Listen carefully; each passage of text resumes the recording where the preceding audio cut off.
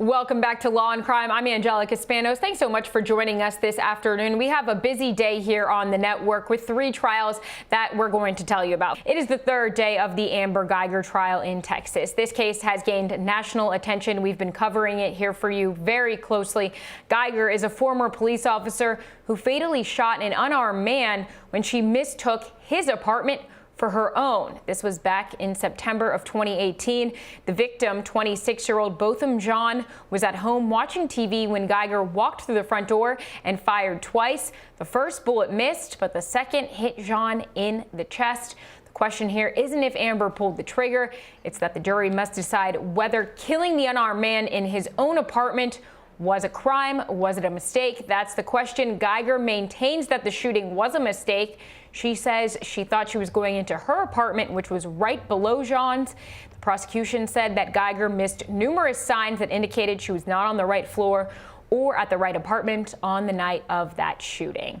So we have a lot to break down. With me today, Lisa Lockwood, crime analyst and former SWAT member here. Lisa, hello. Hi, Angelica.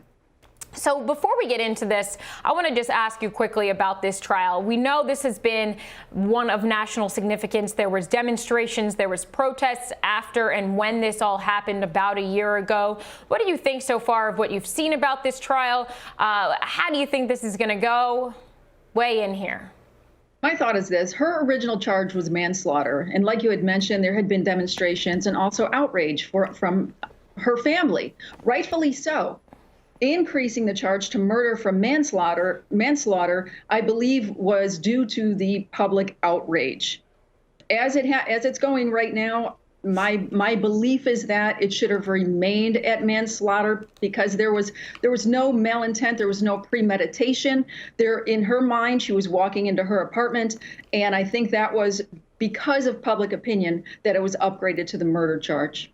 Right. We know so far from what we've seen, she didn't wake up and say, oh, I'm going to go shoot Botham Jean today. So that's a really interesting point. One of the key things that we've seen so far actually has been this 911 call. And this is the actual call. We have the video and the audio that Amber, when she called 911, and this has been major from what we've seen so far. So we're going to play that for you. Listen in if you haven't heard it yet. All right, so really compelling there listening to that 911 call. We hear Amber say repeatedly she thought she was in her apartment unit. Obviously, she was not. Lisa, weigh in on that 911 call. What'd you think when you heard that? Certainly, she realized later. She actually went outside and looked at the apartment and realized it wasn't hers. So she was in complete shock. Some of the things that I'm concerned about, and I think the defense brought up, is why did she not render aid? We talk about people going into autopilot mode, and she's calling EMS and she's doing what she's supposed to, but she was also in a place of damage control, realizing I screwed up. And also, I'm going to lose my job. So the coherency of that moment, knowing that she was in deep trouble for that incident. The issue, I believe, the biggest issue is she did not render aid. Could he have been saved?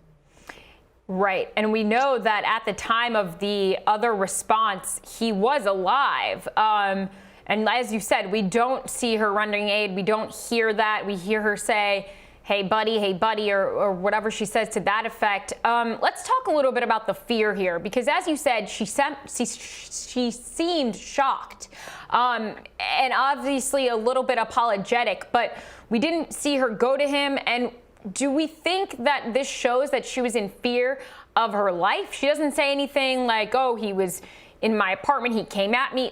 What do you think of that? Right. She realized what the mistake was. So I think the defense did try to bring that up, the fact of them saying that there was no opportunity for him to accost her at all. It happened so quickly. Did she have time to really think and say, stop, freeze, put your hands up, etc.? Did he get up? Was he shocked? He did what any normal person would do. Get up from the couch, see somebody storm into the apartment with a gun, trying to figure out what's happening, and then try to stop the threat. This is his dwelling. So him getting up to approach her was completely normal. And then on her end, what she did, thinking it was her apartment, was completely normal as well. The tragedy is that it wasn't, and an innocent man is dead because of it. We've taken a break right now on Law and Crime, but when we come back, we'll be back live in this trial.